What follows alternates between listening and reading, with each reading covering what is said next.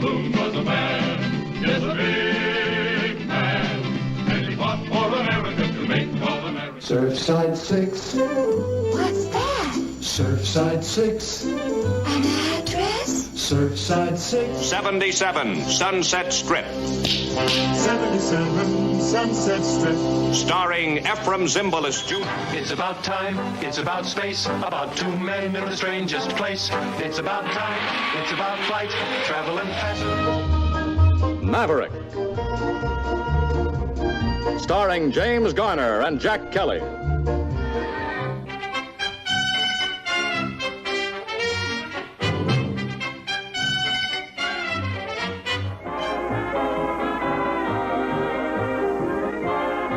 Love That Bob. Starring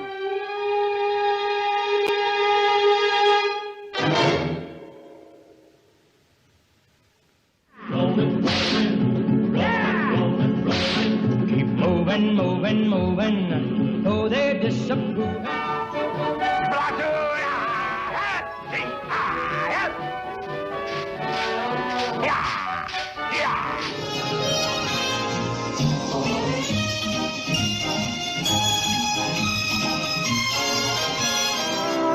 Johnny Umar was a rebel. He roamed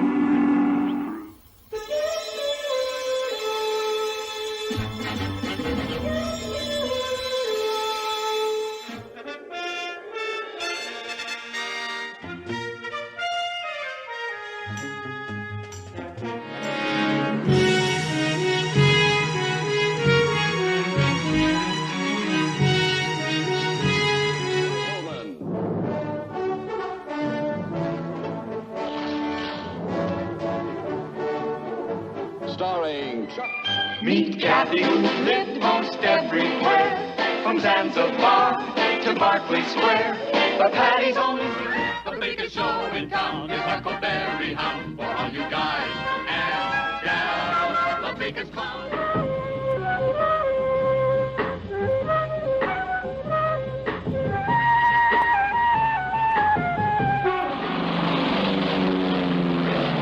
Out of the blue of the western sky comes Sky King. As we say here in the West.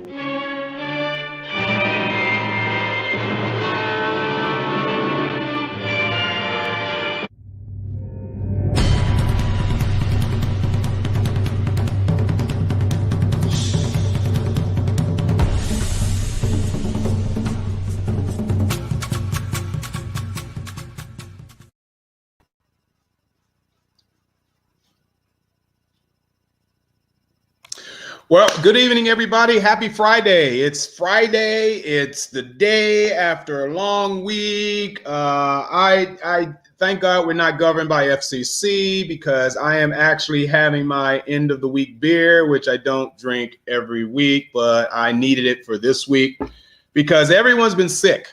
From my office to Rose's office, everyone's been sick, and I still have an irritating cough, so occasionally you'll find myself muting myself. Welcome, everybody that's joining us. Every other week, we do classic television Smackdown. This is one of those other weeks.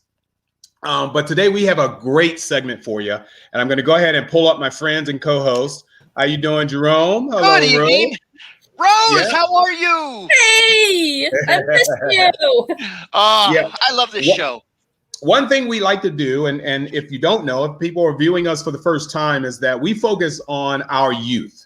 And prior to that, our parents' youth, if we want to go all the way to Sirius, Surfside 6, Black and White, the Saint, whatever.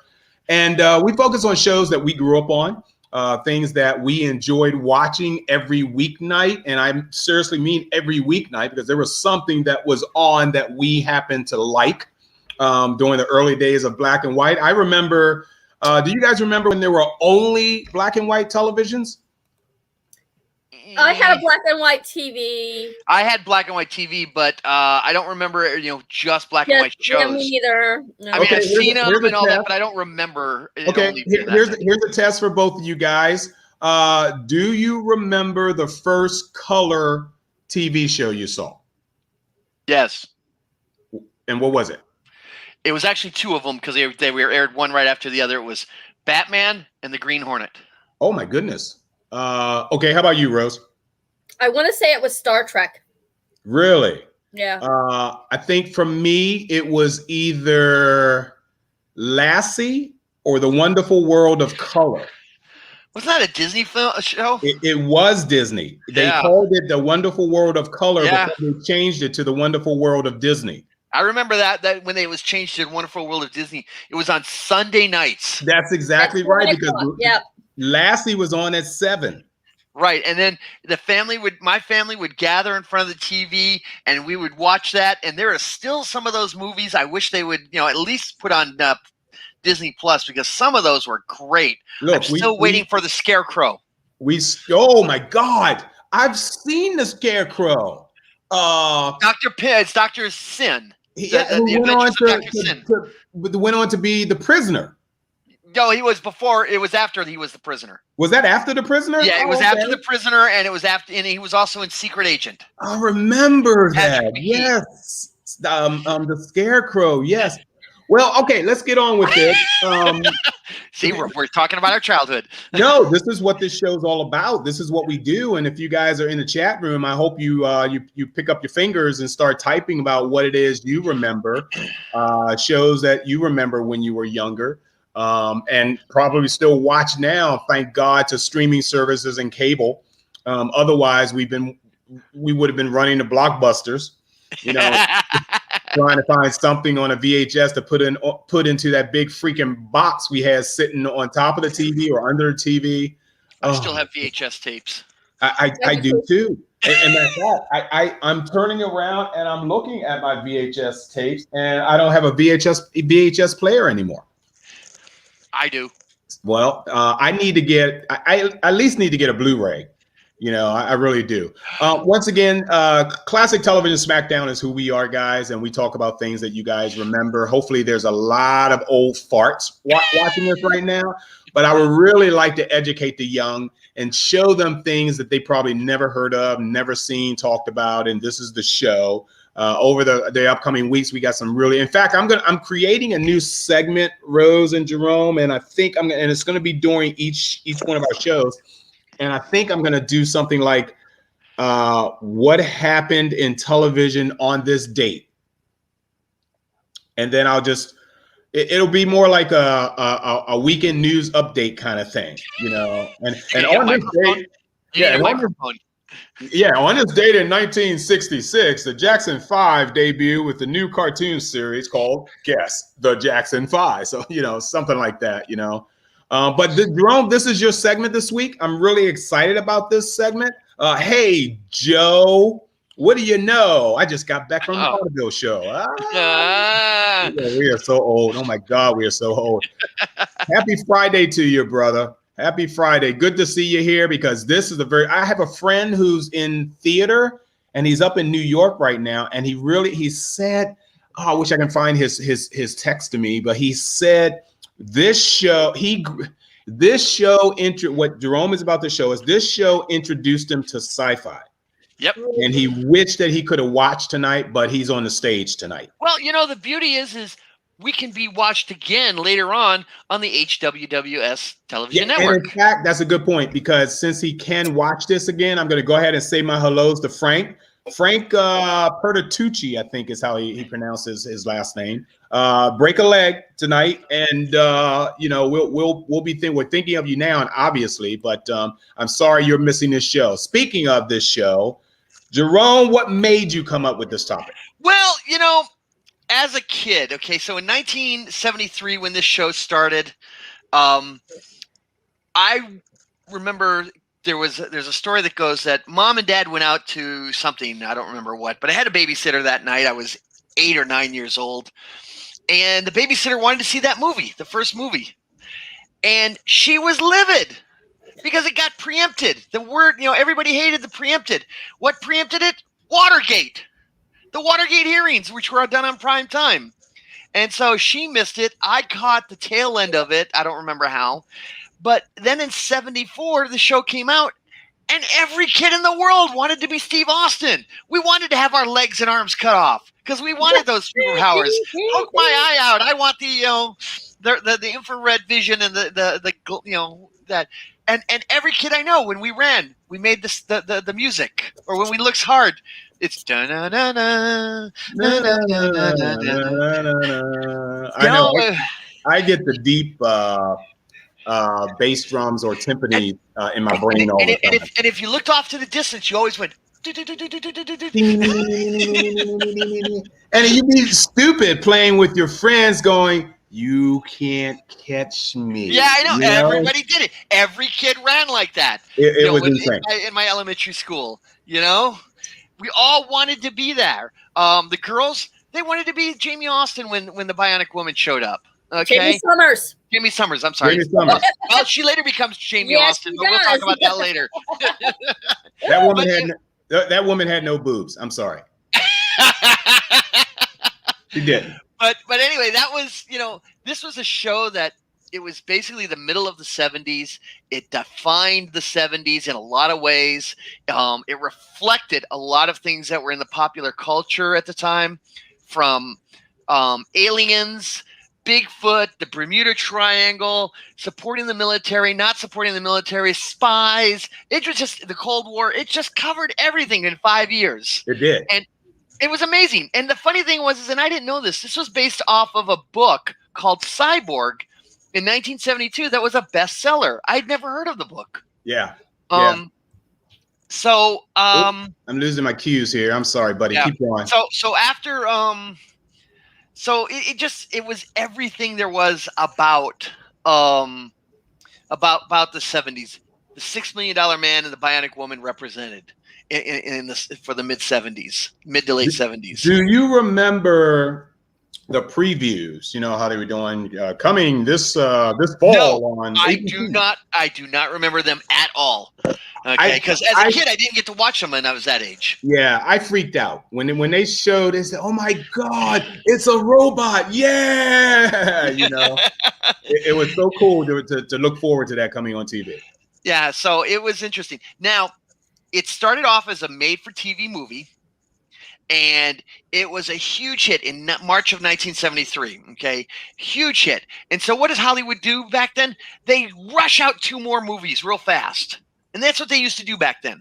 They would crank out films a la Roger Corman, And let's be honest, if you've seen the 3 films, they're not what you would call high quality.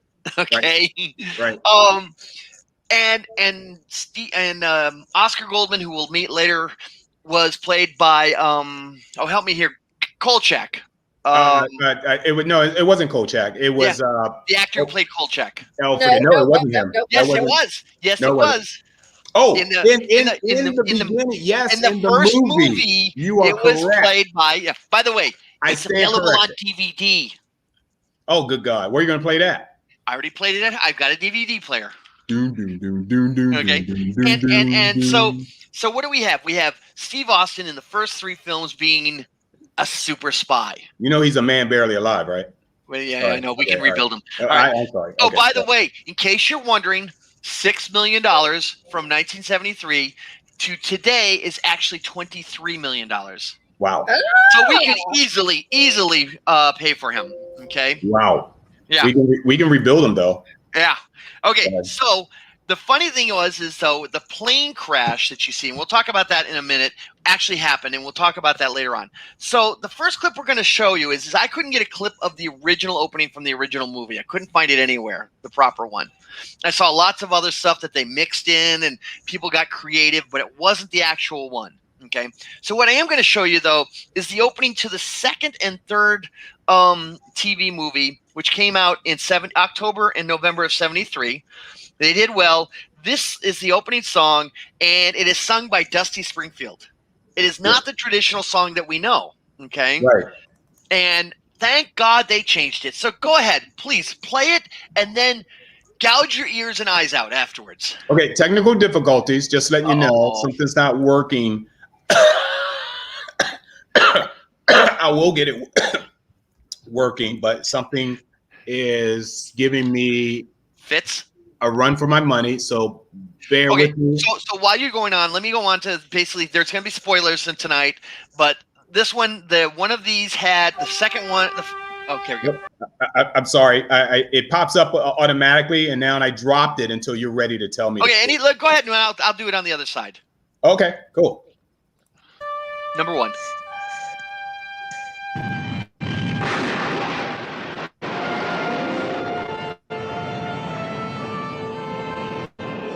Mission Control. Steve, what is it? What's wrong?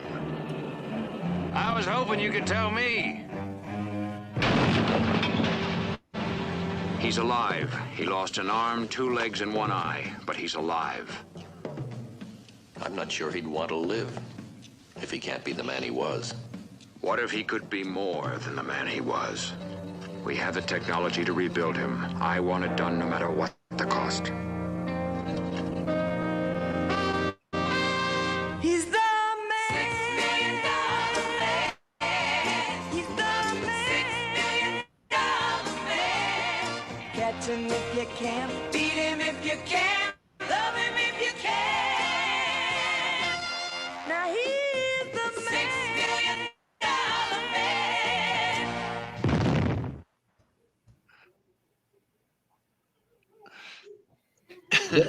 And he's the son of a preacher man.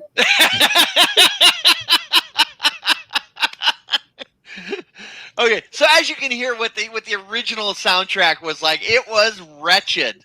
Okay, now the plane crash that we all saw actually happened. It was an actual test pilot one. The real pilot survived it. He later did lose an eye from an infection from another plane crash that he had later on. He was a test pilot. The guy who actually crashed in that for the $6 million man was livid that they constantly showed that crash because he felt it was a constant showing of his failure.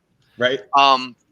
In this one, there was the $6 million man was the first one. The second one was Wine, Women, and War. Okay. Ooh. And it involved the stealing of a nuclear bomb, which later was exploded underground on one half of a tropical touristy island. And the third one happened to deal with the theft and the ransom of $1 billion in gold. Okay. Very forgettable at the time. I watched them recently and I wondered what the heck I was watching. Yeah. All right. All right. So come January 1974, for the next 5 seasons, we get the most iconic opening of all time. We get 5 seasons of the most incredible stuff. We get aliens, psychics, robots, fembots, Bigfoot. We get it all. Okay. Ooh, so let's start with that clip number 2 and watch that iconic opening. And I'll talk about that in a minute when we go on the other side. Looks good in this one. Roger. BCSR switches on. Okay, Victor. Landing rocket arm switches on. Here comes the throttle. Circuit breakers in. We have separation. Roger. Inboard and outboards are on. We're coming forward with the side stick. All looks good. Roger. I've got a blowout. Damper 3. Get your pitch to 0. Pitches out. I can't hold altitude. Direction. Alpha hold is off. Trip selected. Emergency. Flight. Column. I can't hold it. She's breaking up. She's breaking.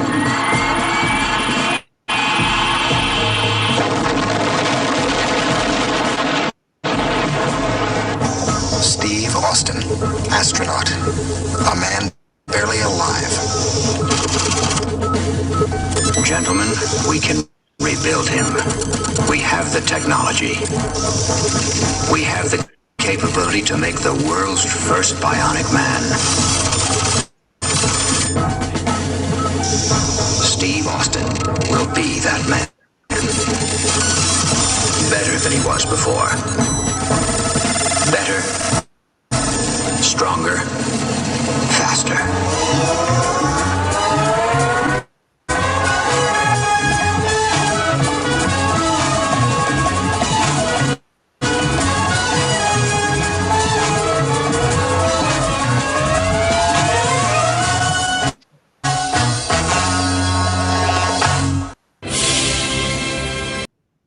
I so freaking love this show. I love this show. Everything about it, I love. You know, and the funny thing is there's a couple of notes to note about that opening. First off, That's actually from the second season when he says we can make them better than before. Yep. Before wasn't in the first season's trailer. Then before, I see. Yeah. At the beginning, though, you hear where he says, Steve Austin, a man barely alive. That's actually the producer of the show, the infamous and famous for science fiction stuff later on, Harv Bennett. Harv Bennett. Yes. Okay, who did a lot of Star Trek stuff. Yes. Okay. Now, again, DVD. Okay. Now, $6 Million Man, like I said, was the popularity of it. It's hard to describe how popular this show was. And it wasn't popular with a lot of older adults, but it was really popular with kids and younger adults, especially people in technology. I know a lot of people who got into medicine because of this show. Okay. Cool. When I was doing a certain job, I ran into people doing prosthetics, and they said that was what inspired them. They wanted to do this, build that type of technology. Then they found out, the real life stuff. Now, for those of you who have watched our Saturday morning show on toys that we did a few weeks ago, where we showed it sold a lot of action figures, the $6 Million Man action figure. Go back and watch Mark freak out at how cool the commercial was. Yeah. Okay. It also had, here's the really good one, is I have the $6 Million Man board game. Did you just buy this stuff? Did you just buy this stuff for this show? Absolutely. For the game, yes. This I've had for over a year. Okay. Where did you find that? Oh my goodness! I found it at the local coffee shop that also is the local town art house. Let's see here. Wait a minute here. I haven't even actually opened this here. So it has all sorts of weirdness. Okay. What is? And then I see. It's like a Monopoly board. Yeah, huh? and then you can be Steve Austin. Well, he's a little two-dimensional for me.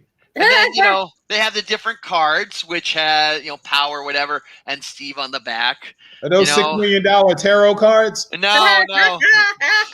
So I saw this and I went, I got to have this for the show.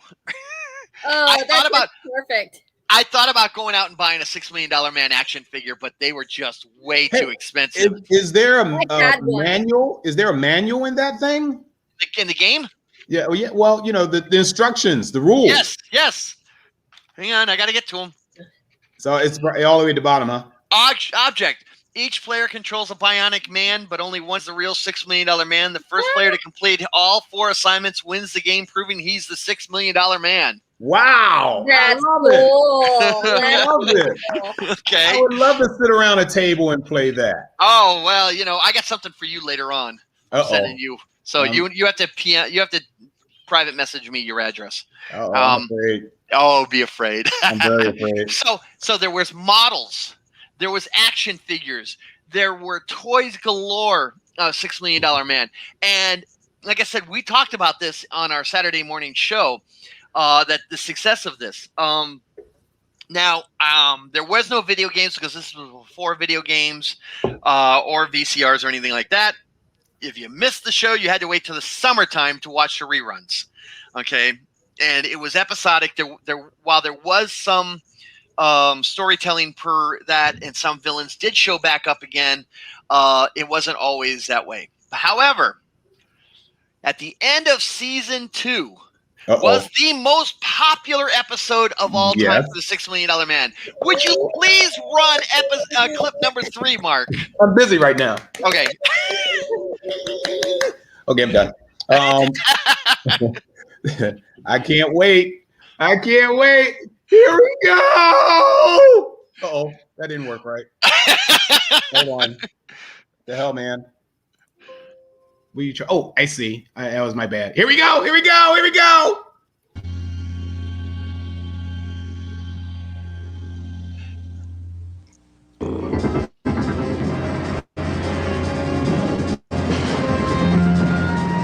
Fake.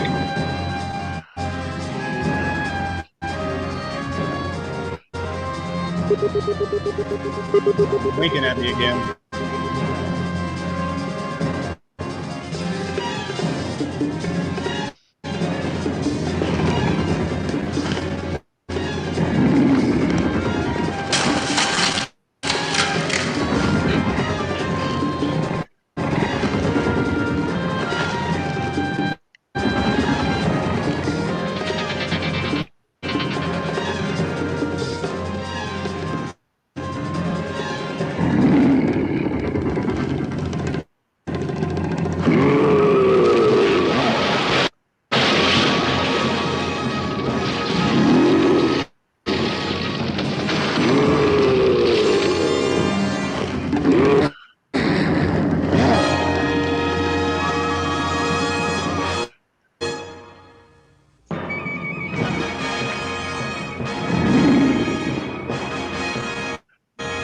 Can you understand me?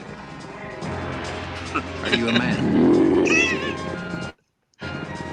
Well, it never hurts to ask.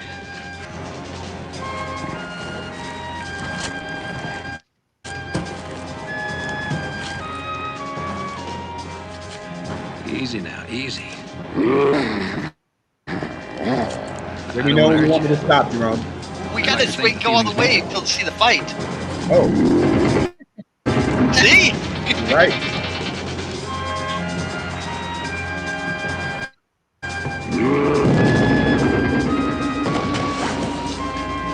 I have to say his contacts look very much like the Incredible Hulk. Yeah. Okay, have it your way.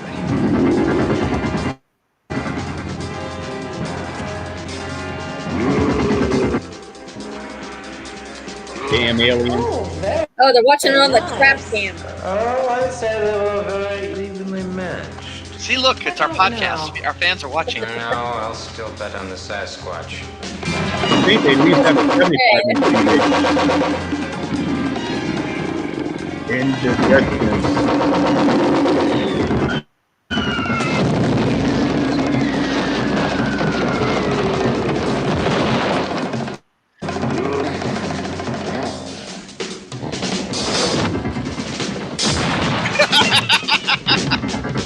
There's a print they can make a cast of.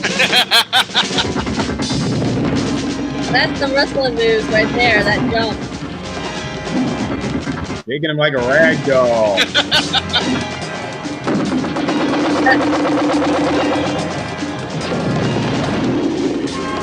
Wait for it.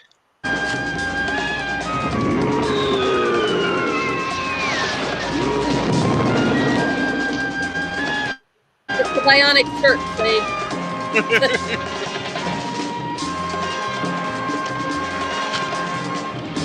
You'll know when to stop.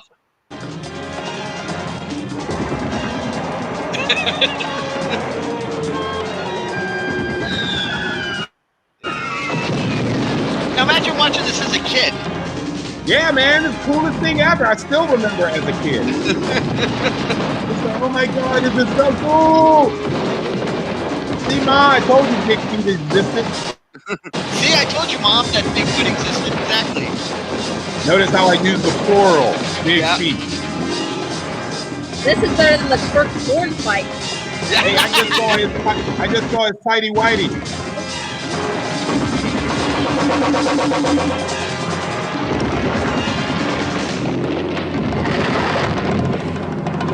Deforestation. Now we know how it happened.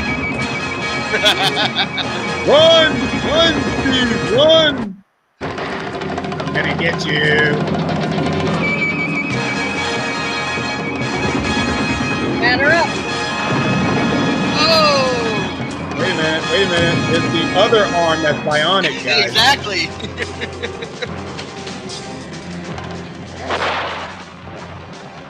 Huh. Only his right arm is of special construction. I just said So that. it would seem. Stupid alien.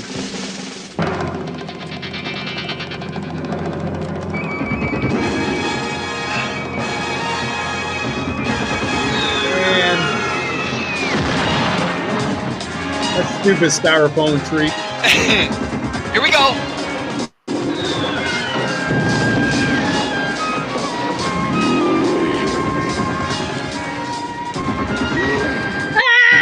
There you go. Now you can end it.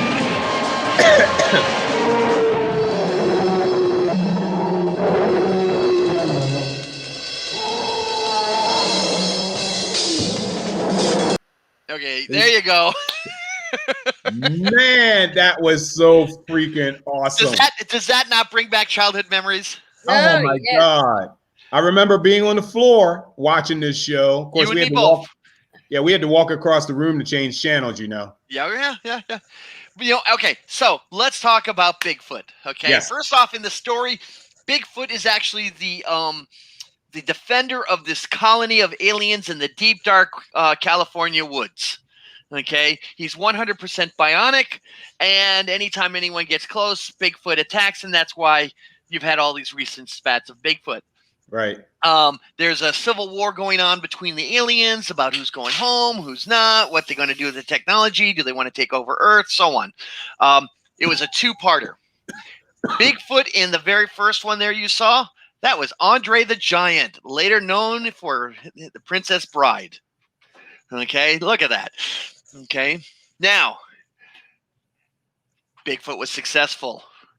Later on, we had another bionic person, a woman, and they did a return of Bigfoot, which was a two-parter between the two shows. Okay? Crossover. Oh, crossover. You don't see those anymore. Okay? And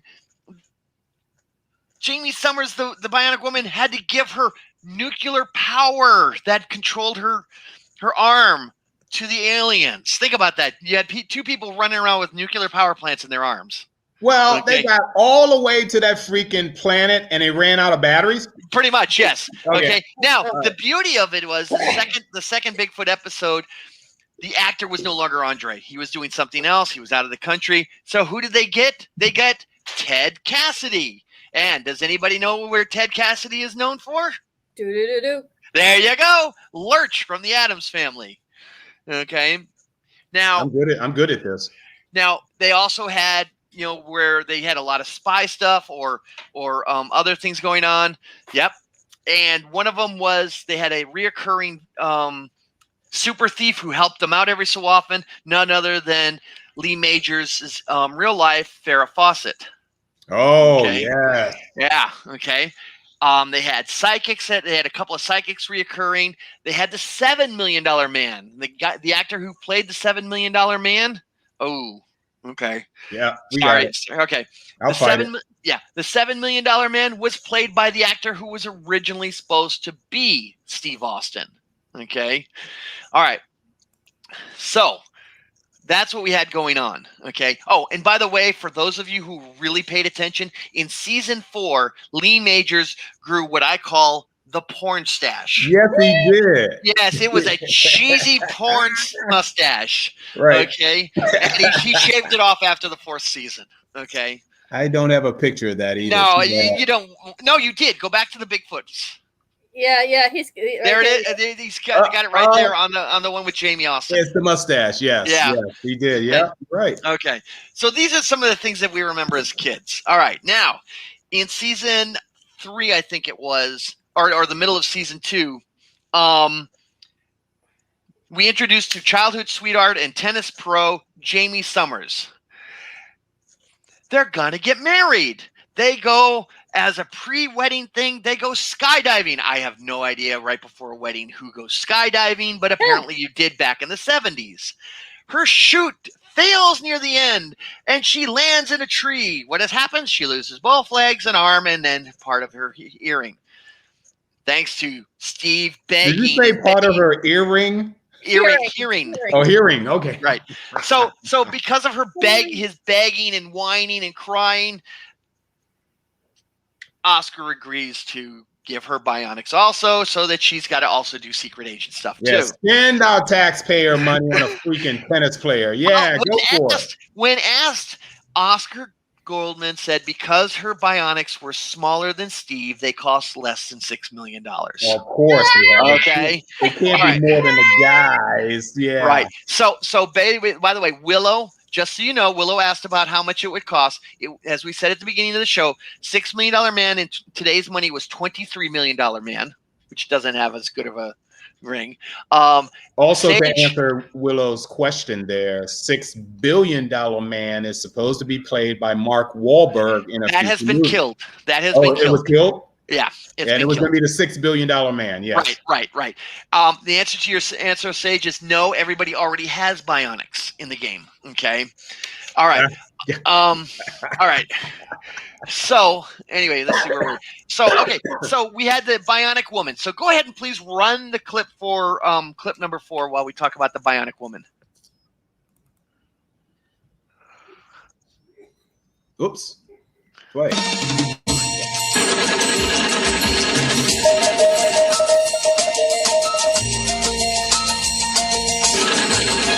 It's pretty.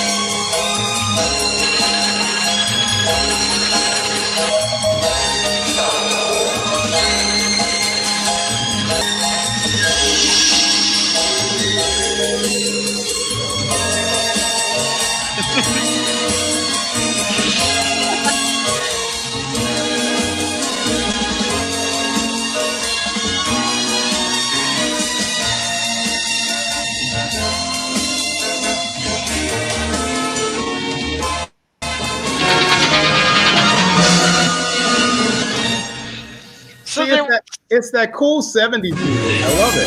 Oh, you can kill it now. That's just the closing credits. So, but you notice that this was a much softer and gentler Bionics. Okay. That girl can kick your butt. To kick you to the moon, literally. Now the thing was, when they brought her back, she dies in the $6 Million Man, but she was hugely popular. So they brought her back. Some doctor through cryogenics or whatever saves her life, and she forgets that she was engaged to Steve in her romantic relationship for the past 6 months. Completely wiped out. She falls in love with the doctor that saved her life. Okay, so Steve thinks, and then he's told that if she is forced to remember the trauma of the accident, she'll die or whatever for whatever stupid reason. So they go along with her forgetting, and this went basically until the TV movies, which we'll get into. Okay, that she forgot that they were engaged. All right, so she goes back and lives with Steve's parents and becomes a school teacher at the base, at Edwards Air Force Base. And they did a couple of things with the students and some of the stuff, but by the second season, they had pretty much thrown the whole school teacher thing out the window. She was just a super spy. Now, this is the show that brought us the infamous Febots. Okay, there you go. These are the robots that look like that they didn't, instead of making a lot of the guys, they made women. I don't know why. I think that mad scientist had a fetish or something, but yes. Sorry, Jerome. I like the other Febots more from Austin Martin. Yes, yeah. I mean, their face came off, but they never show their protruding guns. Yeah, so I didn't care about these Febots much. Okay. Well, these were the ones. These are version 1.0. Okay. Yeah. Nobody. Yeah. And they actually did a couple of times, Sage, and she caught them. Okay. Yeah. Okay. Go back to that again. Cheryl said. Okay. Yeah. So what's funny though is that as the show went along, they would send her to a beauty pageant. She would do all sorts of this fashion glamour stuff. And every time that she would try to hear something, she'd always have to flip her ear off the ear, off of her ear. And I'm just going like, so her kryptonite, whatever, it's her hair that she can't hear through. Is that what? Yeah, right. Exactly. Yeah. I always thought that was really dumb, What was that? Yeah. Jubblies? I never even heard that word before. Jubblies? Never heard of that. Jubblies. So here's the funny thing about this, though. Lindsay Wagner in 1977 won the Emmy for Best Actress in a Drama Series. Okay. Now look at who she was up against. She was up against Angie Dickinson of Policewoman, Kate Jackson of the Charlie's Angels, Michelle Leonard of the Waltons, and Sada Thompson of Family. And I mean, she was that's an impressive list of women. Exactly. And she won. She beat them out for Bionic Woman? The only thing I can think of is she must have split the vote. They must, all that great acting talent must have split the vote. It's the only thing I can think of. Yeah, I bet it did. Now, I think she just went backstage and just beat up all the voters. That too. Now, the beauty of both of these shows was they were successful. 3 seasons for the Bionic Woman. Actually went to 2 networks. They left ABC and went to NBC. They ended the show of Bionic Woman after the 3rd season because basically Lindsay Wagner wanted out. She was done. And the last episode was actually a wrap-up of the entire show. It was supposed to be basically, I'm done, I'm retired, whatever. And they're like, yeah, sure, we're going to keep an eye on her anyway. Yeah. The thing is that the shows were still popular when they left. $6 Million Man's ratings were declining, but not enough to really end it. But they pretty much ended it for a lot of reasons. It was 79, a lot of changes.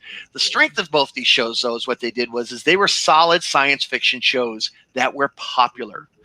Now, we've talked about earlier about the science fiction that some of the stuff that we'll talk about in other shows coming up from the 1960s with the height being of Star Trek. none of those shows were super popular that the $6 Million Man and the Bionic Woman were. And this started a lot of trends for science fiction because in 77 we had Star Wars and everything else sort of snowballed from there. You could almost say this was the first serious superhero shows. Okay. Because in 66 you had Batman and the Green Hornet. Yeah. Okay. So these shows were influenced a lot of writers, influenced a lot of showrunners later on in their lives. The show was for every kid out there. This was the show that they wanted, that they watched that night. This was a huge rating for the early seasons. If you guys want to comment on either of these shows. Well, I was more of a $6 Million Man than Bionic Woman. I watched Bionic Woman only for special effects, but when it got down to the, the soft, cuddly kind of, oh, Steve, I love you. I mean, she had some great missions that she went on, but women weren't highly respected that much back in the 70s as it is. They were objectified. So you wanted to see a woman in a female role, and not necessarily see a woman beating up on guys. And I won't say that contribute to the end of the Bionic Woman, but I can kind of attest to maybe young boys saying, hey, I'd rather see Steve. Yeah, that's my take on it. Do you remember the show?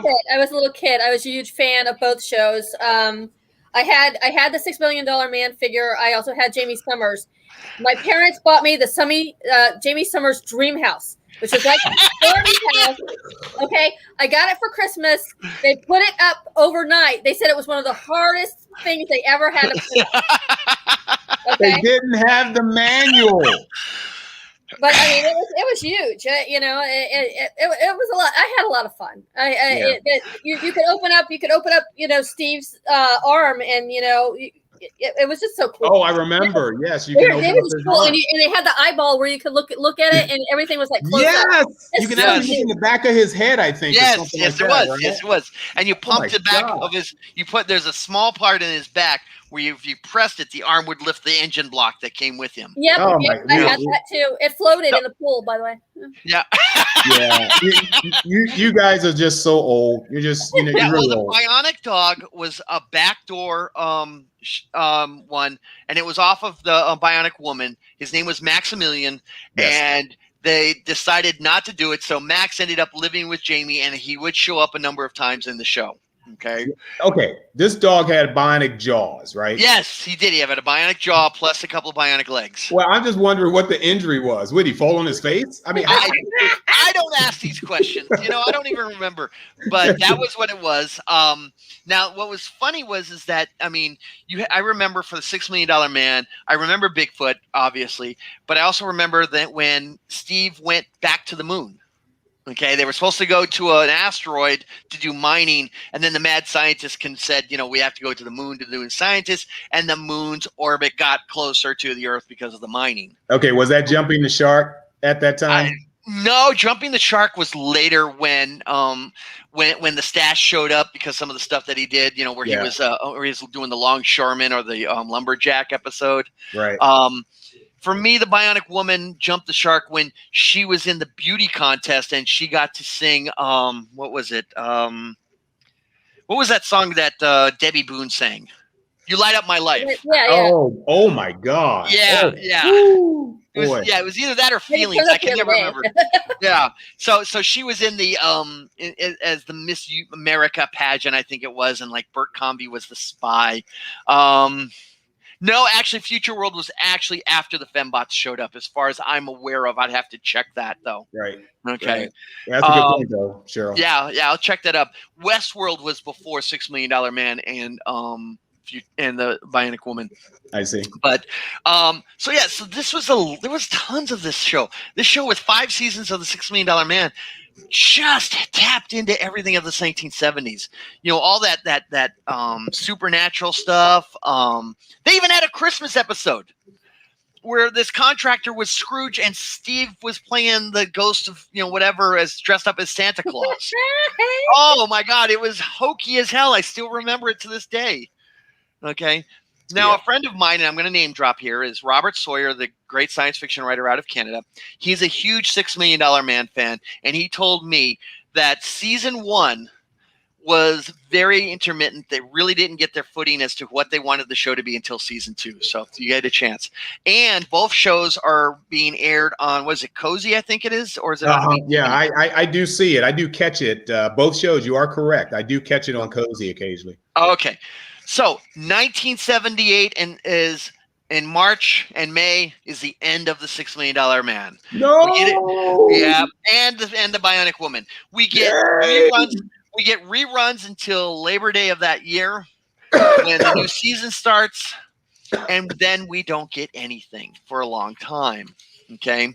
Then in May of 1987, we get the return of the $6 Million Man and the Bionic Woman. No, where have they been? Where have they been? Well, funny you should ask. The agony. Jamie has now given up her teaching and is now a counselor. Okay, which coincided with a lot of the roles that she was doing, including a TV show that Lindsay Wagner had done. One of the agents in this movie was Lee Majors II. Okay. Oh. Yep. However, there was an actor who played Steve Austin's son, who ironically went and followed his father's footsteps and became a test pilot. Oh, okay. All right. And Nothing's going to happen now. And then during a flyby, because he was graduating from the Air Force Academy, oh no, the plane crashed. Gee, imagine that. Who's flying that plane? It was sabotage. Oh no, not sabotage. So Steve Austin Jr., I don't know what his name was. He got Steve Austin Jr. probably. Yeah. He got 2 bionic legs. He got a bionic arm, and he got a bionic eye. Now, how ironic! He can run faster. As a matter of fact, he can run up to 200 miles an hour. Oh, I can beat my dad. Ha. Yeah, he can lift more than Dad can. Oh, I can beat my dad. And his eye had a laser shooting out of it. Stand in front of me. Yeah. Okay. All right. So he gets caught by the people who want to know the secrets to his bionics. He's tortured. He learns about how the prisoners stayed calm in Vietnam. There was this whole aspect. It was kind of lame. Okay. So that was pretty popular. So 2 years later, in April of '89, we have the Bionic Showdown. The $6 Million Man. What the hell? They fighting each other? What's that mean? Well, no. You see, we had a new Bionic girl. Woo! I know Sandra Look at Bullock. how young she is. It is. Oh, wait, we'll get to that. And at the end of it, we had a marriage proposal. That's right. Jamie proposed to Steve because she got her memory back. Oh, wow. Oh, I know you. Exactly. After all these years. Right. So the second film was supposed to be a backdoor pilot for the Bionic Girl show. Didn't work out. You'll see why in a minute. And in the third film, we got a wedding at the end of the show where they skipped to the whole ceremony and then they just went to the I do's real fast, which pissed off the preacher. And the plot, who cared? Nobody cared in November of '94. Okay. So there you go. There's our Bionic Girl. And if you want to run the episode clip 5, let me say this before you run it. What it is it's a compilation from that second film. I couldn't find anything really good from either of these 3 films. So somebody put together all these things about Sandra Bullock as the Bionic Girl. So go ahead and run that clip. I had such the hots for Sandra. I still do. Who doesn't? Oh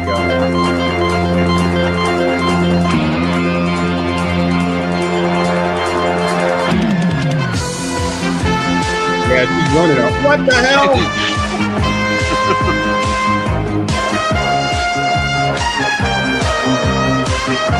David Bionic, what? Dude?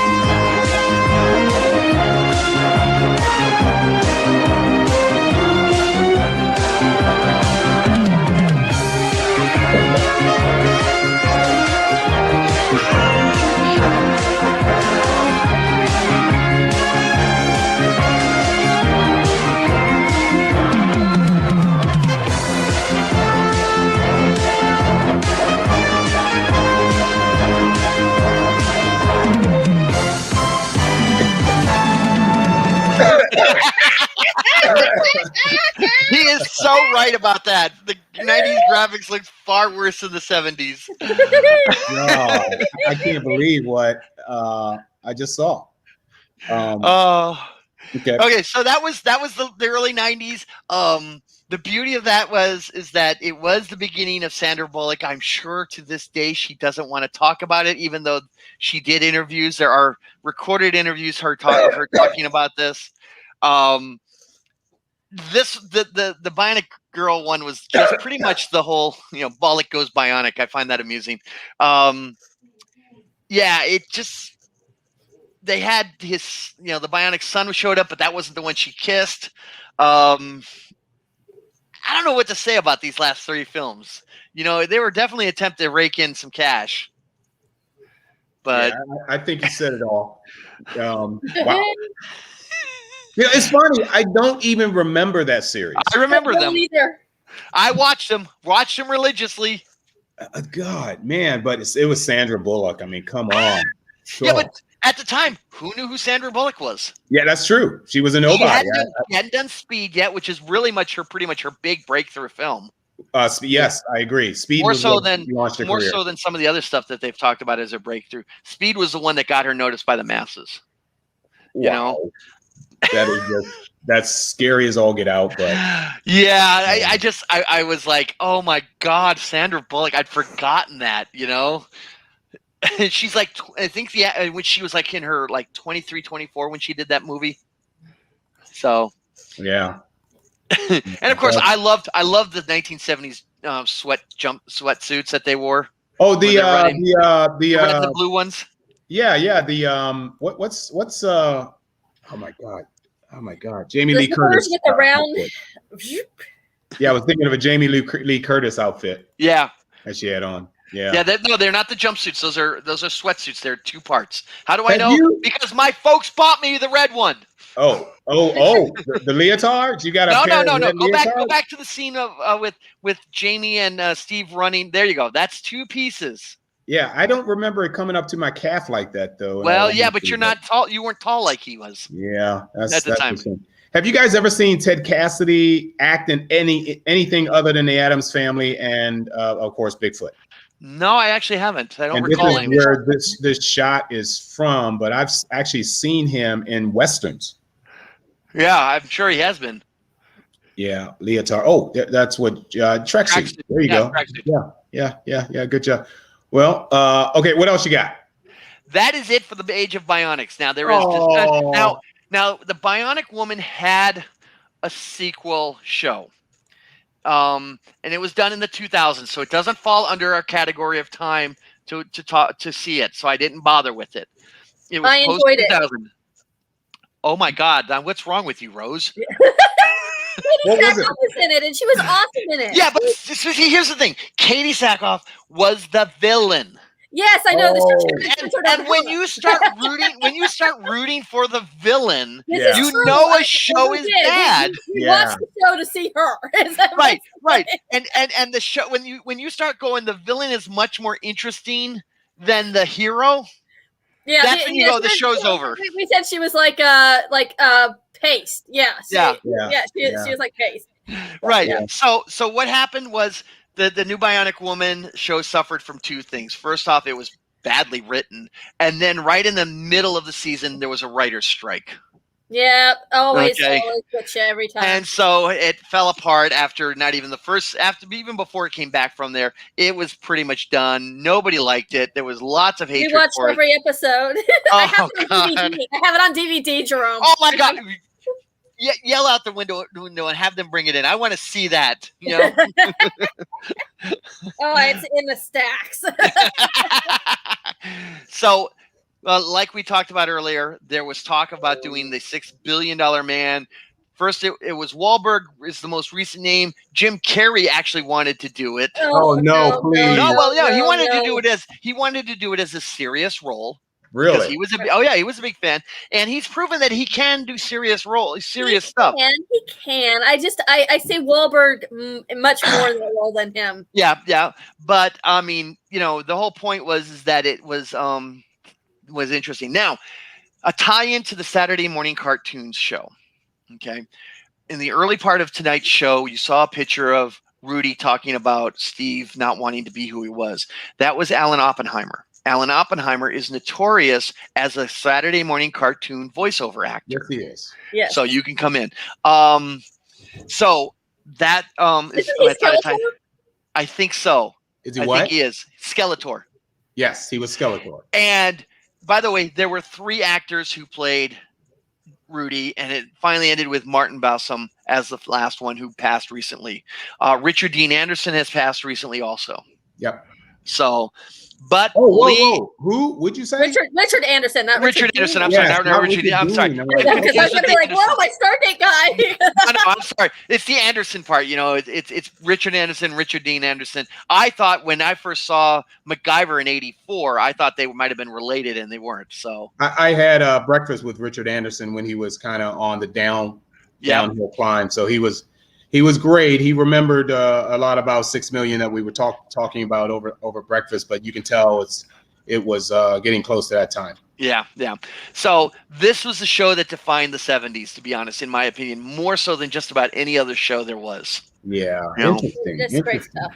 Interesting. Great show, Jerome. Great Well, show. good job, Jerome. Really appreciate that presentation on, of course, the Age of Bionics. That was fantastic because you covered one of my favorite shows, which means, Rose and I need to top that somehow. Oh, wait a minute. I guess it's my turn in 2 weeks. It is your turn. Oh, it's Rose's turn. That's right. Is it yours, Rose? It's mine. Oh, do you have any idea what you might do? Yeah, we're doing Charlie's Angels. Yes, Charlie's Angels, right. You got 6 angels to work with.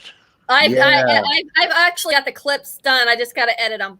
Yeah, I have to think hard on what I want to do. I know what you're going to do. One of the segments I want to do something on Quinn Martin. Quinn Martin Productions. Yes. Yeah, Quinn Martin Productions to be exact. Or Thank you, Cheryl. I want to do a segment on sitcoms. I thought you'd do Westerns. No, and if I do sitcoms, I might have to pick a decade. Oh, yeah. You can't, there's no way. Out of the sitcoms over, well, 70s alone, you could do several shows. Oh, the 70s. Oh, my God. And I may start with that, but I'm a huge Dick Van Dyke fan, too. So I think, if I did 60s, oh, my God, there's so much in the 60s, too. So at some point. Speaking of Mary Tyler Moore, who was on the Dick Van Dyke Show, we lost a great actor over the weekend. Who? Oh, Gavin McLeod. Oh, yes. Yeah, well, Captain Stubing. Not only was he on that, he was on McHale's Navy. Yep. I remember him on McHale's Navy. Okay, he was on Mary Tyler Moore. Love Boat. Yep. Love Boat. Now, he was in one of my favorite films. He was in Kelly's Heroes. Oh, yeah. Kelly's Heroes. Man, with all those negative waves, man. Yeah. Kelly's Heroes. Yeah, he was part of that crew. So he was the tank driver. Awesome. Ladies and gentlemen, Saturday. Here I go again. Classic Television Smackdown has presented you another segment. Like I said before, we do this every 2 weeks. If you guys would like to be a guest host, please hit us up. If you have an era, if you have a show, if you have a number of shows that you want us to focus on, talk to us. And let's put together a show for you and have you talk about it, have you host it, much like we 3 do each and every week. Tomorrow is going to be a great day, a great morning tomorrow, because we have convinced the great widow of Denver Pyle, or Bob Denver. Listen to me. Denver Pyle. Mark, he jumps cars. I don't know. Anyway, Dreama Denver, who is Bob Denver's widow, we convinced her, since we had her on one of our past shows. She wants to get up early in the morning where she lives. She's been texting me all day long, and she's very excited about 9 o'clock tomorrow morning. What's wrong with that woman? Is she out of her freaking mind?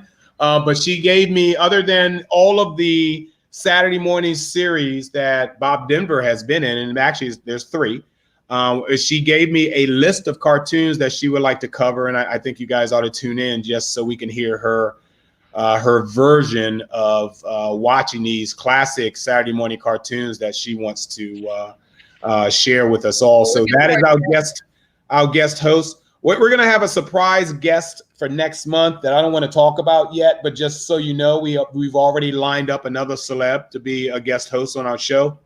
I'm working on also some celebrity guests. Hold on, let me finish. Hold on. Hold your pants. Sorry.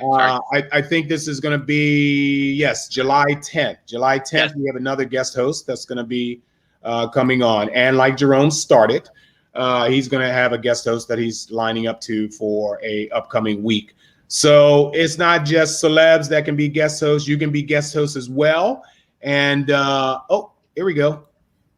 That'd be great. Canadians had television.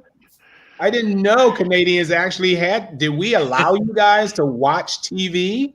Wow. CBC, man. I watched it as a kid. I'm gonna have to talk to the State Department about that. The Canadians think they're funny. So, okay, Willow, we would love to have you on. That would be great.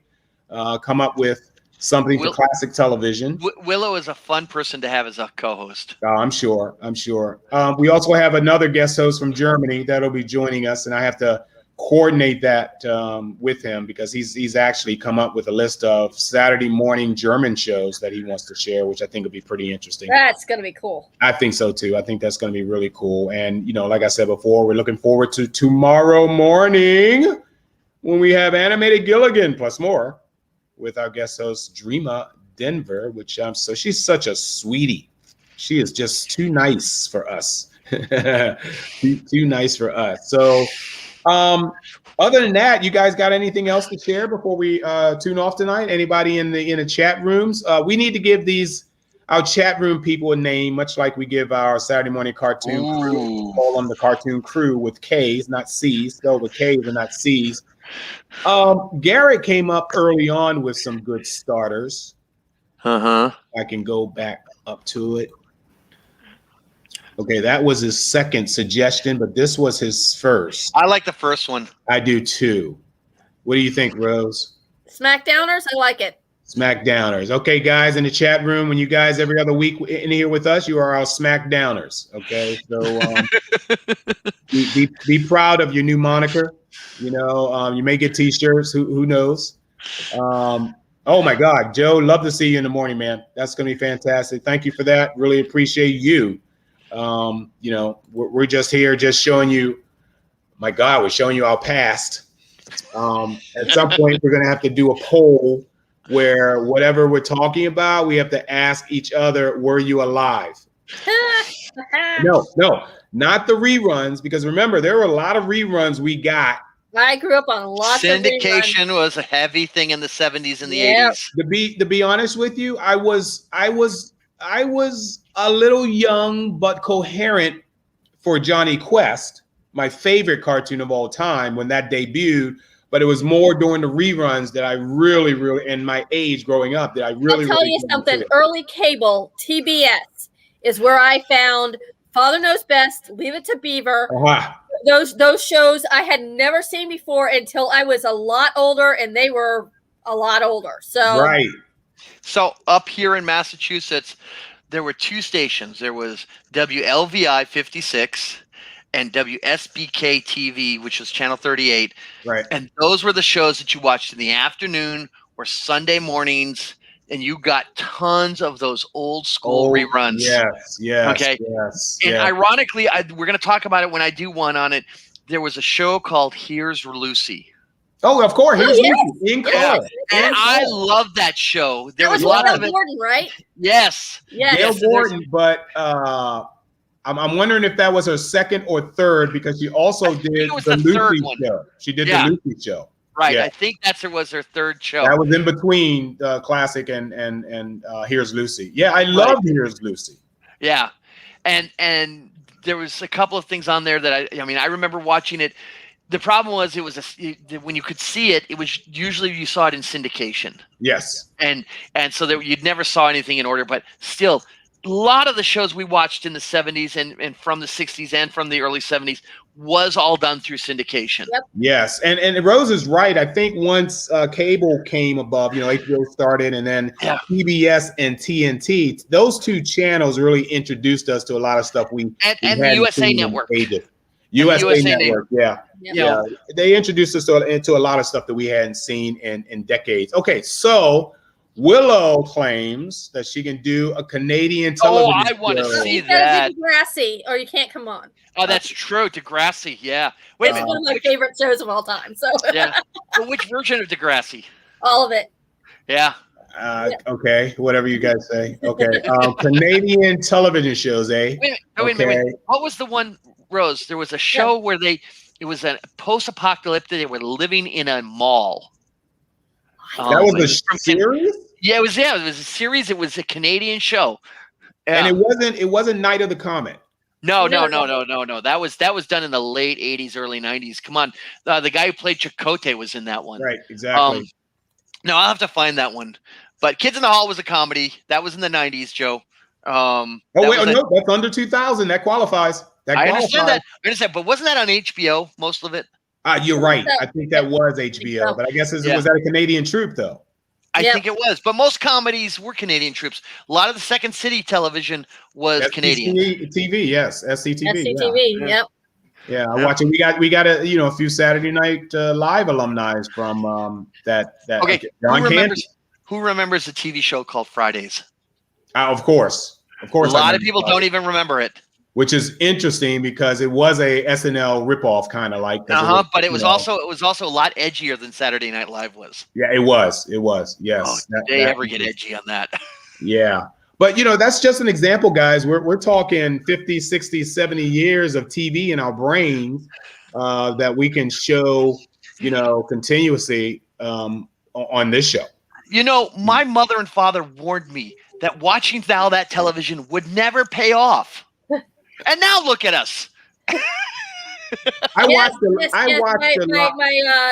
TV broadcasting degree finally paid off. Right.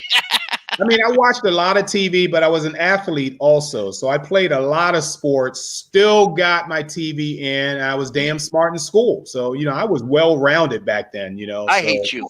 Well, the TV was the babysitter. My mother, went to work during the day, especially summertime. She got off work at 4:00, and my brother and I were beating each other's brains out. And the neighbors, they seemed to last longer back then. So yeah, the neighbors had time for everything. the neighbors downstairs were squealing on us. So, okay, hey, thanks for that, Joe. The kids were very Canadian, eh? But yeah, so this was a great show, guys. I'm glad you guys enjoyed it. We're going to go ahead and sign off for the night because we have an early morning tomorrow with another great show. Hope you guys get up with your cereal, stay in your pajamas, or like me, remain naked. And don't, well, I do put a t-shirt on, don't I, guys? I don't know what you do with your pants. Yeah, you have no idea what I do below my nipples. So, I mean, you have no idea. All you see is the t-shirt. So anyway, thank you guys for joining us. We will see you on this show in 2 weeks. We'll see you tomorrow. And then we have a Mark Knows Everybody show on Wednesday. And then it goes back all over again with the routine. So thanks, guys, for joining us. Appreciate it. We love you. We hope you guys continue with us and tell your friends about us. We love to talk to you guys some more and have fun. So see you later.